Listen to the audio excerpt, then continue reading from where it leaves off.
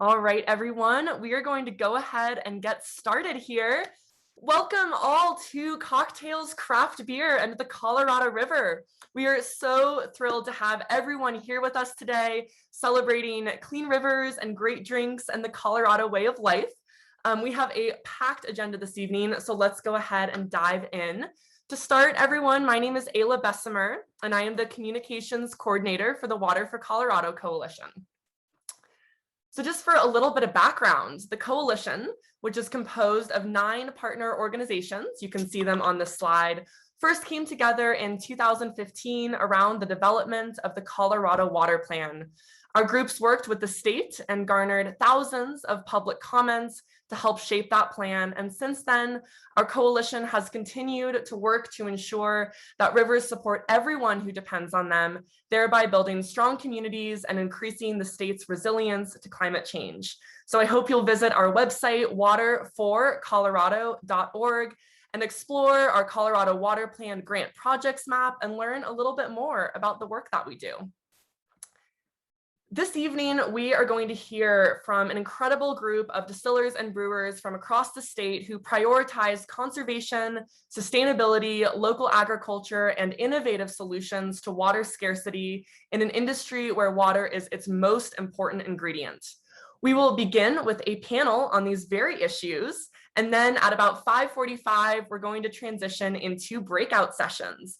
One of those sessions will feature a whiskey tasting hosted by Al Laws of Laws Whiskey House, followed by a mixology lesson with Connie Baker of Marble Distilling. The other session will highlight Lizzy Waters of Upslope Brewing and Carol Cochran of Horse and Dragon Brewing for some Colorado River and craft brewing trivia. And there are opportunities for prizes for our first, second, and third place winners, which are going to be pretty cool. So at around 6:15, we'll then reconvene for some Q&A and an announcement of the door prizes that we are handing out today. Now, during the event, just for setup, we do ask that you submit any questions you might have for the brewers and distillers in that chat box. You can send it directly to me, and I'll collect those to ask people at the very end of the session around 6:15. And like I mentioned earlier, during the first portion of the event, we do ask that you keep your cameras and microphones off. But then as we divide into breakout rooms, you're welcome to come back on for those. And I will also be available to offer instruction and help anyone who's not able to choose their own breakout room. So with all that, let's go ahead and turn it over to the person and the people that you all came here to learn from and listen to. I am very pleased to introduce this evening's facilitator, Kevin Greer. Kevin has been involved with water quality in Colorado for many years.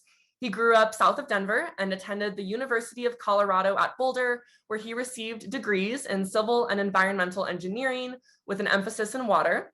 He is a water and wastewater engineer with HDR Engineering in Fort Collins, and he serves on the Colorado Water Quality Control Commission, which establishes water quality regulations throughout the state of Colorado. He is also a co-founder and co-owner of Bear Brewing Company in Denver, and his experience with wastewater treatment, brewing and distilling processes, and water quality regulation is extensive. He believes very much that positive communication, like what we're doing here tonight, is the first step in helping brewers and distillers and municipalities work together to develop water and wastewater treatment management strategies that can provide environmental, community, and business benefits. So without further ado, I will turn it over to Kevin to introduce our wonderful panelists and get our evening started. Thank you, Kevin. Thank you, Ayla, and welcome everyone. Thanks for joining us today. While I just got the longest intro of everybody, I will hopefully speak the least in this session. So I am going to start out by introducing you all to our panelists. Connie Baker is a co-founder and head distiller at Marble Distilling Company in Carbondale, Colorado. Al Laws is the founder and president of Laws Whiskey House in Denver, Colorado. Carol Cochran is the co-founder of Horse and Dragon Brewing in Fort Collins, Colorado. And Lizzy Waters is the sustainability manager at Upslope Brewing in Boulder. And I think we'll just kick this off with kind of an easy, very general question to let you all kind of, wade into the water, as we might say. And just, I think let's start with Connie. you're the furthest away in Carbondale, in the Colorado River watershed. And so I think we'll just start here with you and kind of talk about the role that Marvel Distilling and your suppliers, or any of your related businesses that you work with, what role does water play in your business and everything related to it? Obviously, very important. We make multiple spirits here at Marvel, but vodka's one of them, and vodka's more than 50% water. So if we don't have clean, fresh, delicious water, we're in big trouble. The process of distilling also requires a lot of cooling water, as most people probably know. So in addition to the water that goes into the bottle, the distilleries require water to cool down all of their processes. So we at Marble have put together a first of its kind water and energy thermal system where we're reusing our processed water. 100% of our processed water is reused so that we are not putting water down the drain when we're condensing, which we do 2 stills running 24/7. So all of our processed water, therefore, getting reused and harnessing all the energy off of it for use in the distillery is saving us not only 4 million gallons of water a year, and we're a small craft distiller, but also 1.8 billion BTUs of energy. So all of that water and energy is reused. We're about 1 mile from one of the ranches that grows all of our, not all of our grain, but a lot of our grains. And I can tell you that these guys are, Nice Landix are 4th generation ranchers. There's 4 generations currently living on the ranch. And this year, they're a little worried about what's going to happen up here in the high country. Our climate is high elevation desert, basically, but water is getting scarcer and scarcer. We're at the junction of both the Roaring Fork and the Crystal River. And I can tell you, I've lived here since 1992, that the Crystal River every year, less and less is making it into the Roaring Fork River. And we're also home to fabulous gold medal fly fishing from both the Frying Pan, the Roaring Fork, Crystal River, and of course the Colorado. So not only important for brewers and distillers here in our valley, but obviously the fishermen like Al. So we need to ensure that our rivers are kept as healthy as possible and do as much as we can.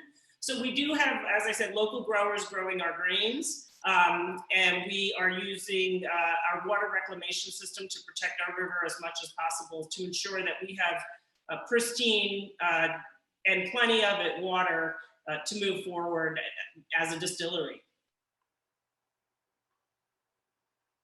Thanks, Connie. Yeah, that's great that you're doing all that work, and we will definitely get into some more detail on the sustainability stuff. So thanks for the intro there. How about next up, Carol?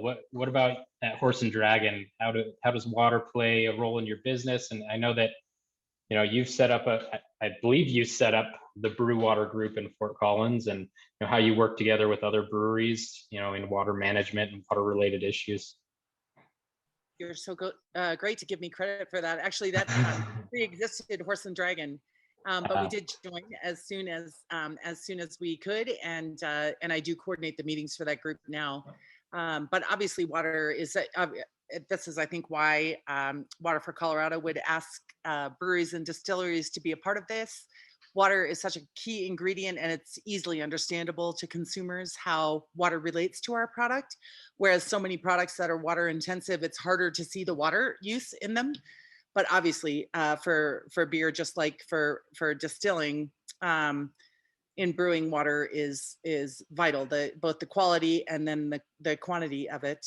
I grew up here in Colorado and playing on the South Fork of the Poudre River, and so I understood the recreational aspects of it. And then Tim was a home brewer, but we lived in the Great Lakes region when he was home brewing, and water shortages were not a problem there. Quality sometimes, but quantity not so much. And but I just became aware as he homebrewed of how much water was used in the process. So then when we came to open a commercial operation, it was top of mind for me, despite the fact that oddly water is our very cheapest ingredient, and also our cheapest utility, which is perplexing. But but anyway, it was top of mind for us as we set up a company in a manufacturing company in an arid climate. We were trying, even at a small scale, to make sure that we could recapture any water used in our processes, and be responsible water users. Great, thank you. Yeah, it's really great to see, just not only, how much water impacts your brewery, but just the community in general getting together to, take these things into consideration. And, I think, in talking with Al, and I'll let Al speak to this next, but we've always had this conversation about, how different companies and municipalities can work together to kind of help, mature our water use, our wastewater treatment and such. But the Brew Water Group is definitely a good step to that. With that, Al, you want to talk a little bit about laws and water's role? Sure. The water of life, that's what we make, whiskey. So, it comes right full circle for us. But I think to be more philosophical, I guess, we look at it through a prism of about 5 different things. Some of these might cross over, but clearly direct use affects fermentation, and it affects, how the grain gets grown in Alamosa, where all our small grains come from, and, and the farm's effort at making sure they're a good steward of the resource too. So you don't see them just spraying the field with water when they hit the irrigation time of year, but all simple drip systems that, are set up to make sure they're using the water properly. Then biodiversity, like we're a big supporter of like conserving wetlands, and where a lot of stuff gets, the environment interacts with each other. Habitat improvement. Connie mentioned it, and more of the 4th thing, recreation for a lot of us are fishing, but also we've spent a bunch of time on improving, bank support on the river of the Rio Grande and fish habitat, and then, just reduced environmental impact and loading, right? So, Cav, we work with South Platte Renew, which is like Littleton wastewater on the pilot. We're going to fire that up again here this summer, in the next 3 or 4 weeks. And it's about, trying to not put stuff down in the drain, or whether people, this is no longer a solution to pollution is dilution. I hate that line. And it's really not. It's like, hey, we have this stuff. They think they can use it in process, and we're reducing our environmental impact and helping them reduce cost of like catalysts into their waste treatment processes. So we look at it across a lot of different ways, and it started from the beginning for us when we were doing exactly what Connie was talking about. Like, we were using water to cool, and we like, this is the waste. We need to change this immediately. So try to make everything better. Every day is a tryout, right? So that's our view of it. Yeah, thanks a lot.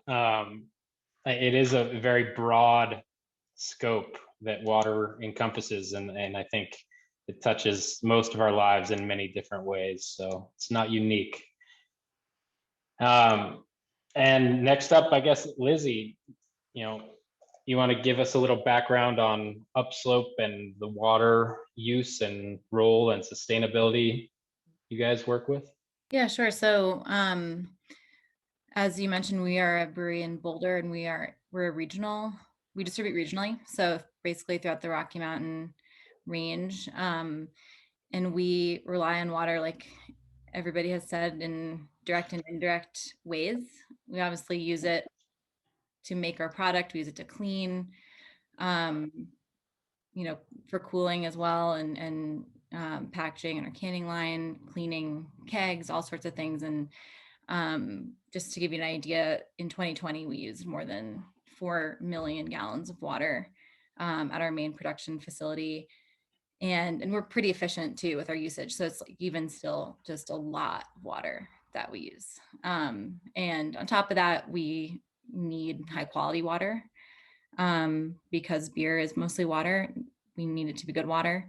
And then we are, sending 2/3 of that down the drain as wastewater. So we have to be cognizant of how we're pre-treating that and what that looks like. So that's the indirect use, the direct use. And then indirectly, we all of our other inputs pretty much require water as well. So hops and malt, and actually probably, it's our biggest water footprint is in our supply chain. So pretty much in every facet of our business, we rely on water.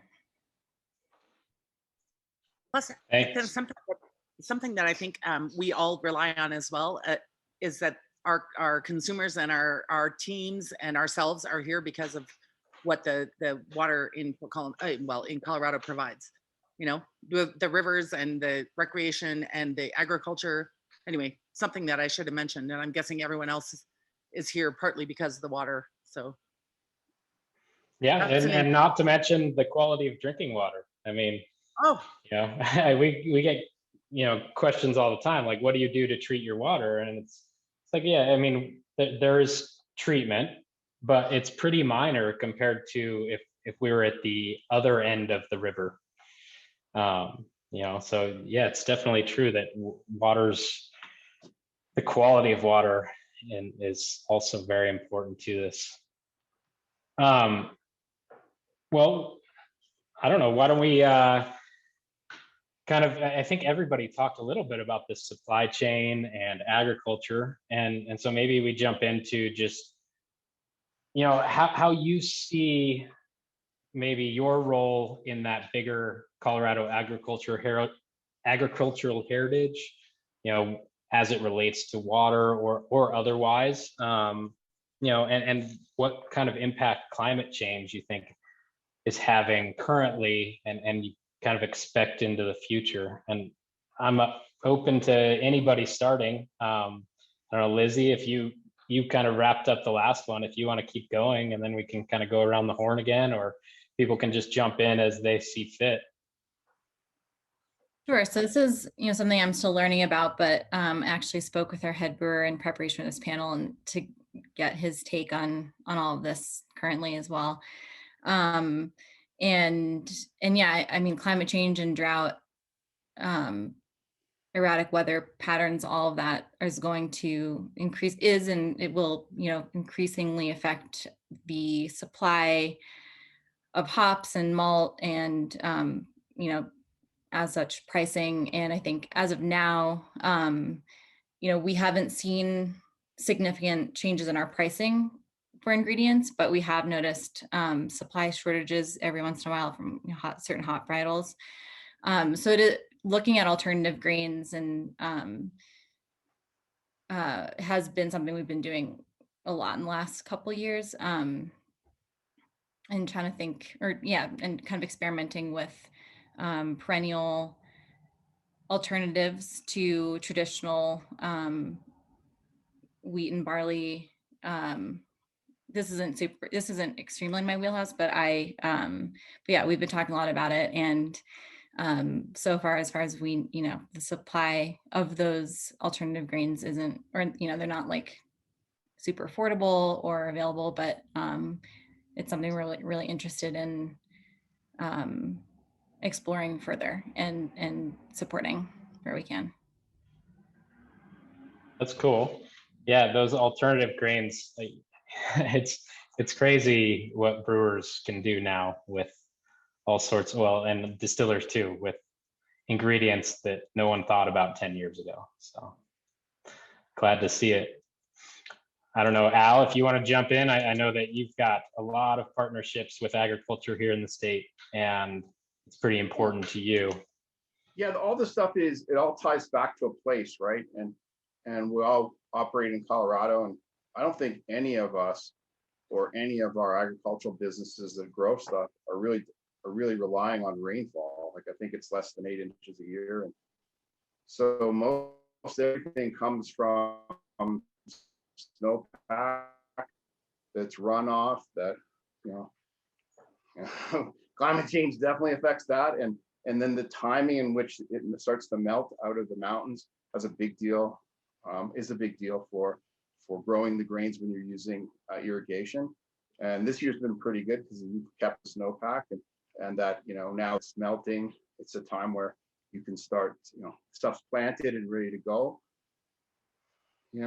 One of the big things that we use is rye, and rye has probably the least water footprint of all the small grains, and small grains in general use about a third of what forage crops use. So, and if properly incentivized at the farm, i.e. if you pay a reasonable price for grains, not try to commodity price everyone to death, then they can make the right choices and invest in the right equipment to again, steward the resource a lot better. But, you know, rye gets planted in the fall, comes up, all the melt feeds it. So it's up before you have to do any irrigation.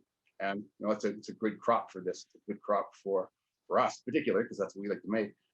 But literally, it uses the water a lot better than some of the other things like corn. But generally speaking, this time of year, you're getting the irrigation down where we get all of our small grains in the Alamosa Valley. They're using Rio Grande River now, or Rio Grande River water right now, and then they have groundwater rights, which is a big deal. I know we're not here to talk about water rights. I don't understand it, but it's a pretty big deal, I'm sure, around this state. And you know, they'll use irrigation water till about July, and then they'll switch to that and use a drip system and use not tons of water, and then within 6 to 8 weeks beyond that, you start to harvest. So it's a nice cycle, but climate change will definitely mess with that. And you add all the other things like forest fires and pollution and growing population that's going to divert more water to population centers away from this is a big concern of ours. Okay, that's it. That's all I'm going to say. Yeah, the population growth is challenging when you're in a business that relies on people to consume your product.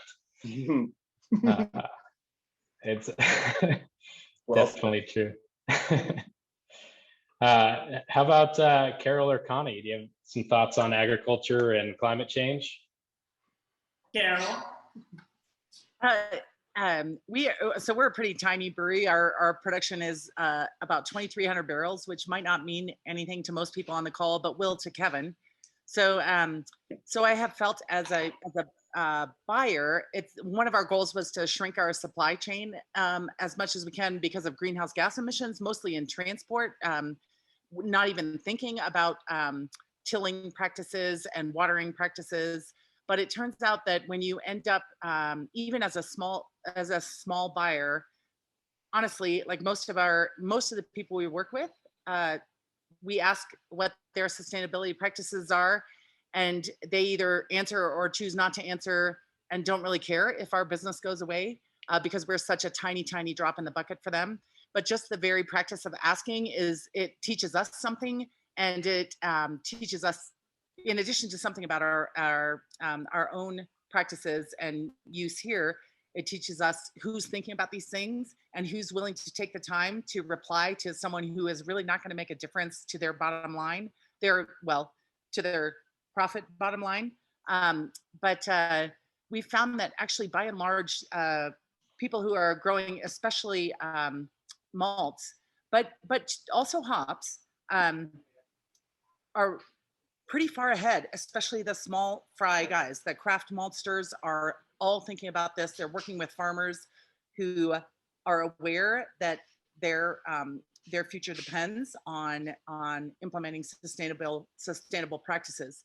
So one of the really wonderful unanticipated things about opening this brewery has been being able to go out and actually meet some of the farmers who are growing, particularly the malts here in Colorado. I would say the hop industry here is growing, but it lags behind those in the Pacific Northwest or Australia, New Zealand, or Europe. But anyway, the maltsters, to be able to meet the maltsters, and part of the reason that some of them are willing to transfer some of their fields to barley or rye is because of the water exchange that goes on in that transition, and the fact that those crops grow earlier when there's not as much a call on the river, or when there's no call on their local river, and they're able to get those crops up and thriving before the need to irrigate or pray for rain. So that's been just a great eye opener for us, and has encouraged us even more to shop local for our ingredients. Cool. Well, so that brings up a question. I'm going to jump in before I ask Connie to kind of give her 2 cents. But I think that brought up a question that maybe Connie can address from my perspective is, this sustainability chain throughout the craft industry, let's call it, is strong. Like you said, the craft maltsters are kind of leading edge when it comes to sustainability, and it's the same with the brewers and the distillers, I think. What about the consumers? Do you see a demand from consumers, or is it just kind of a nice thing to have? Oh, absolutely. We like to say here that we believe the average consumer votes with their wallet and not in the polling booth, because they're kind of fed up with politics. So what they're doing is buying from companies that have the same ethos as they do. And we see that across, especially millennials, but also other generations. And what we see here in Carbondale, when people come to our facility and we tour them and talk about our sustainability initiatives, is that consumer can be your customer for life. When we first got into this, we opened our doors in June of 2015. No one, I hate to say this, but really no one was talking a lot about sustainability. Even our marketing people were like, yeah, that's not really sexy. I don't think that's what you should lead with. And it's hard to tell your sustainability story on a bottle necker tag or something like that. So unless you get to actually touch your consumer, it's much harder to do. But if you can tell that story and let them know the initiatives that you're implementing and what you're doing, you literally can land a customer for life. And so I think they do care. And I think it's showing in the industry now, because as everyone said, it's the little guys really that led the way on this front. It wasn't the big guys. Now we're seeing the big guys kind of follow us, and there's plenty of data available to show what the big guys are trying to implement, from now through 2040, what their carbon emissions will be, what they're going to be doing with, wind or solar or whatever, these very long-term plans that they're now showcasing to the public, because the public has told them what they want. Yeah, it's great to hear that it is the consumer demands that, and it helps, I think, when you talk about price point. And a lot of these practices are more expensive, and so if that trickles through to the price on the shelf, you want something else there that kind of brings the customer along. I think maybe Lizzy, you probably have, your role at Upslope, I think, is probably kind of based on this concept. So maybe you can add a little to it. Yeah, I think so far, all I have to say is probably anecdotal regarding that. We haven't really done any like consumer surveying on this topic yet, though we would like to in the coming couple of years, probably. I guess we notice it most with our employees or prospective employees, people who apply to work with us pretty much across the board. Again, anecdotally, but every hiring manager lets me know that the majority of people that apply cite our sustainability initiatives as the reason they want to apply. And just based on, customer inquiries. And so yes, anecdotally, I would say definitely in Boulder, it's a resident issue. I think it's harder for me to speak on, throughout a distribution chain, if that remains true. But yeah, I would say we get a good amount of traction from it. Yeah, thank you. Can I just interject here, Kevin? Absolutely. You're totally allowed to mute me, by the way. I think you have the power.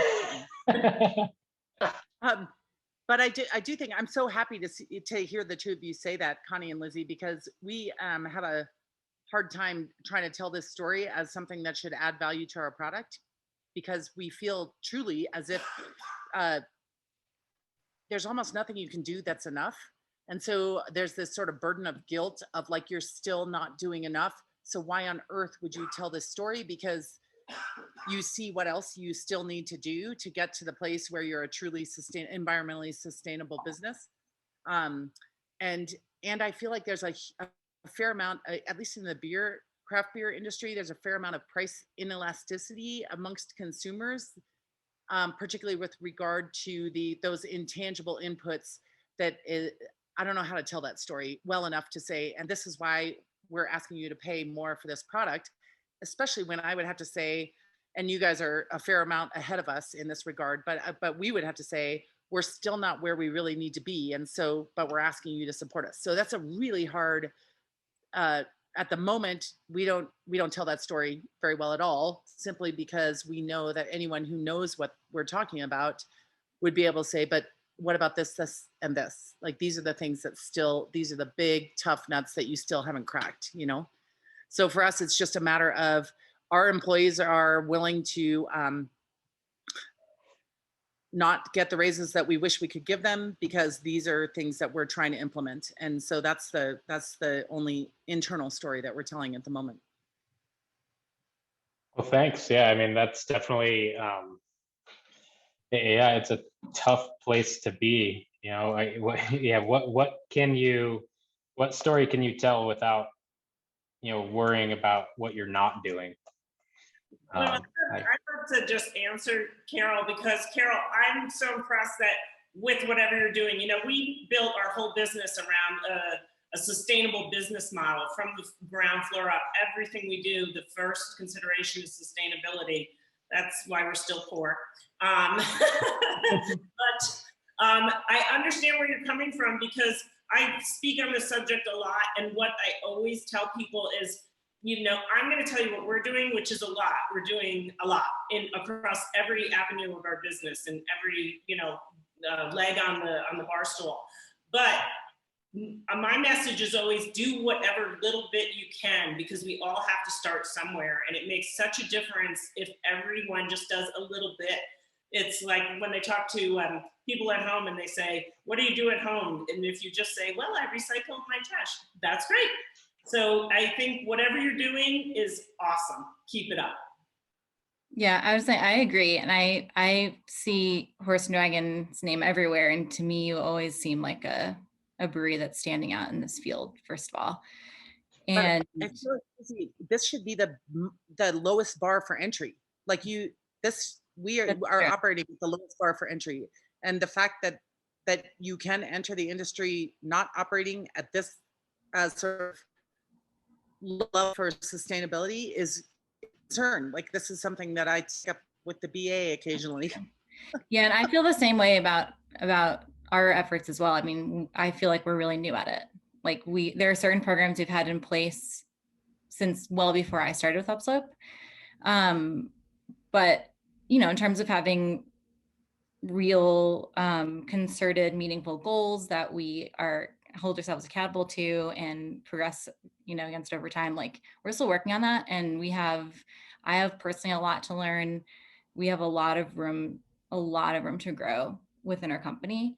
And I've been very, you know, we're very cautious about how we market it and how we talk about it. But I think my feeling is that it's constructive to have conversations about it and to acknowledge your shortcomings, because that's ultimately where collaboration and progress will begin. You know, I think I think it's really helpful to hear what other companies are struggling with and to share the challenges, because we're all sharing the same challenges. It's not like anybody has like perfected this. So anyway, that's kind of, I feel like as long as you're humble about it and honest about it, I think that it's constructive.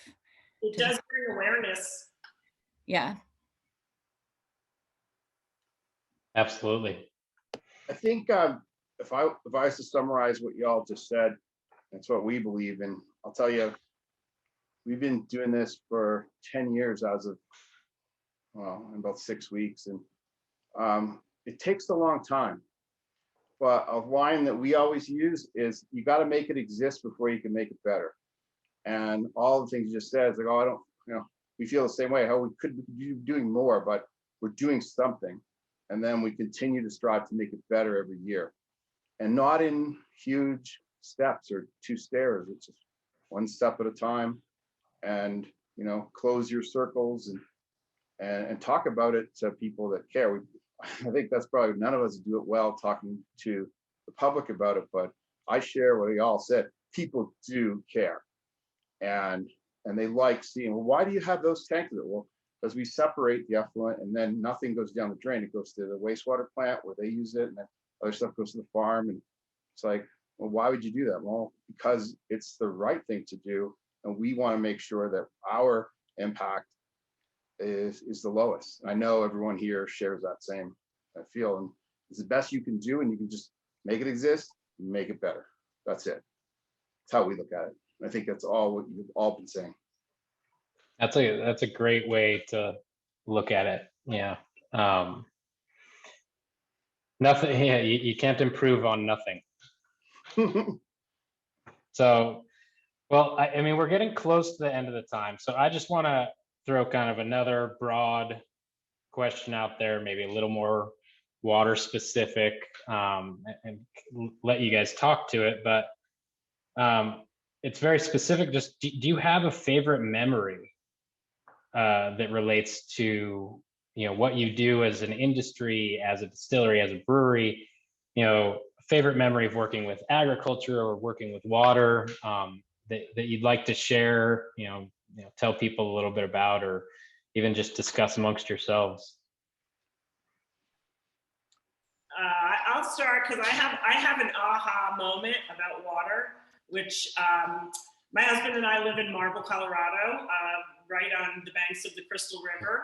And when I first started distilling, I probably can't say that I didn't start at the distillery, but so. We have the most fantastic water at our home, 100% untreated. We have a private well that we have access to. That's a super shallow well right on the banks of the Crystal River.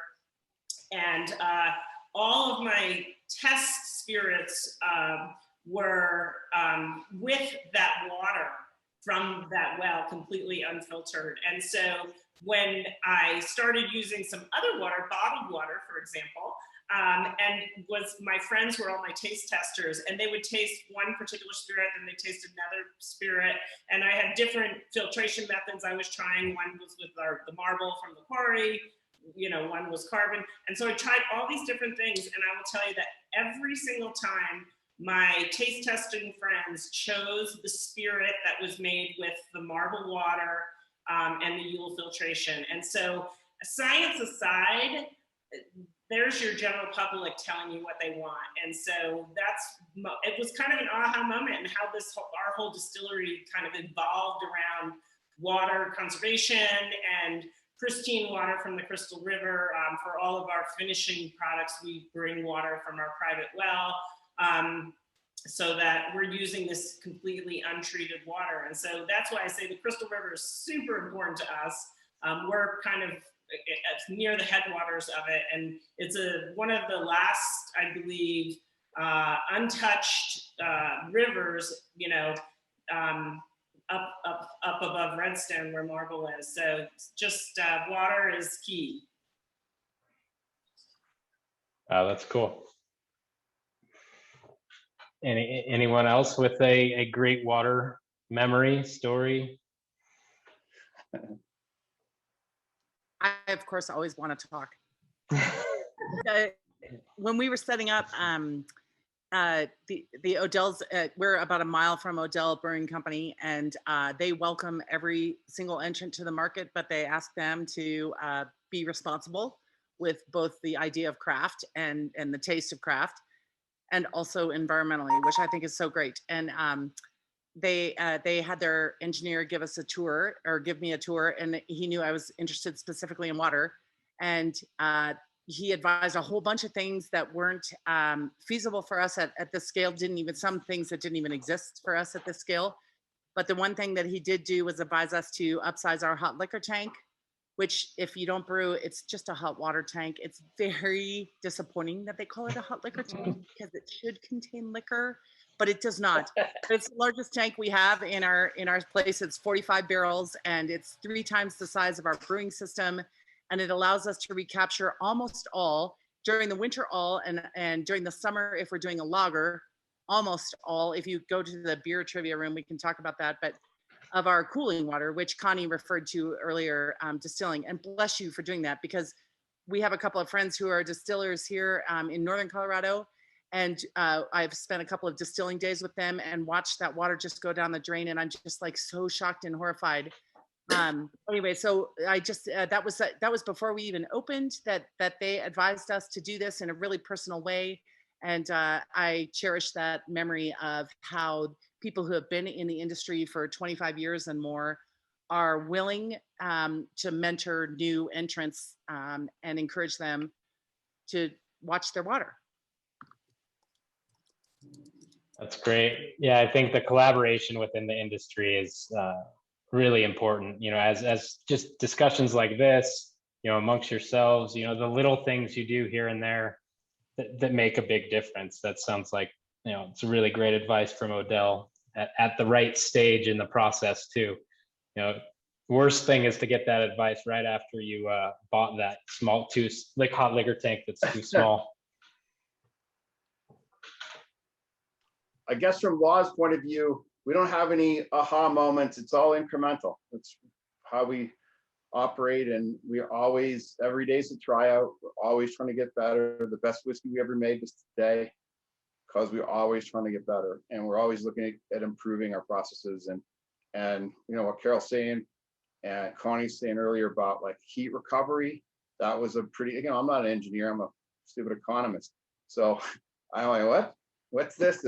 But if you're not mashing in, if you're not filling your cooker with 40-degree water in the winter, and it's already at 125 because you use the heat from your other processes to heat that water, it's so cool.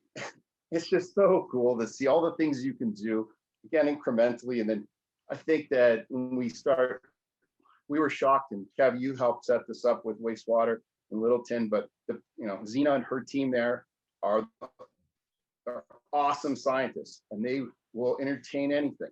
And I'm expecting in the future, especially in this state, is that we'll have more interaction with some colleges and universities to look at these issues. And like we don't have to make big progress, just make small progress individually and then share it, and we'll make a difference.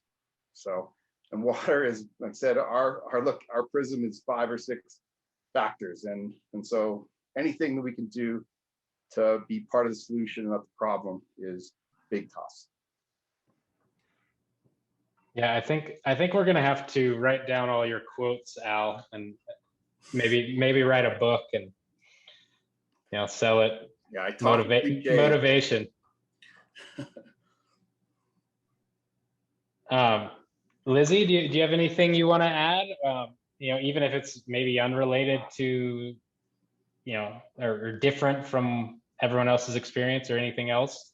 Well, actually, Carol's story reminded me, we also recapture our cooling water from back into our hot liquor tank. And I think just because we've grown over time, our hot liquor tank now is probably too small to do that really effectively. So just anecdotally over the last year, brewers would come up to me and be like, well, I think like I've been noticing we're dumping more cooling water or knockout water than, or it's happening every batch or so where we're dumping some water on the drain. It's not getting recaptured. And this is like, a system that we assumed was working as intended, as we had intended it when we started it. So we don't have a flow meter on it. So we had the brew team literally measure after each knockout how full the hot liquor tank was. And we noticed, the head brewer at first was like, oh, it's probably happening, very occasionally. I'm sure it's not a big deal. It turned out it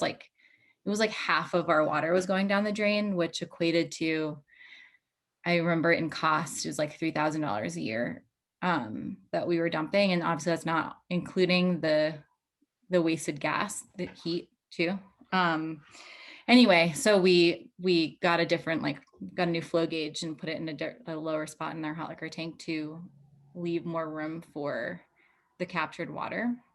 This is a really good example of how the stuff requires monitoring and measuring over time. And we'd kind of like set it and forget it and assumed it was working properly after years of probably never really checking back on it. So, and because we have many shift brewers, like it's not just one person, it's not it's harder to catch.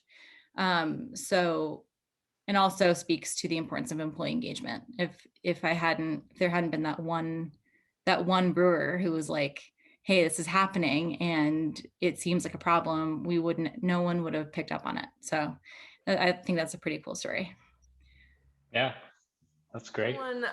Since we are at the 6:30 mark, I just wanted to give a huge round of applause to Al, Lizzy, Connie, Carol, and Kevin for their participation today. I also did want to mention that there are promotions from each of these incredible distillers and brewers running through the weekend. So if you take your registration confirmation and confirmation of attendance to Law's Whiskey House, you can get 20% off a purchase of distilled product, to either of Upslope's tasting rooms for a $4 core beer deal, to Horse and Dragons tasting room in Fort Collins for 3 free 5-ounce pours of a beer of your choice, and to Marble's Carbondale tasting room for 20% off a purchase.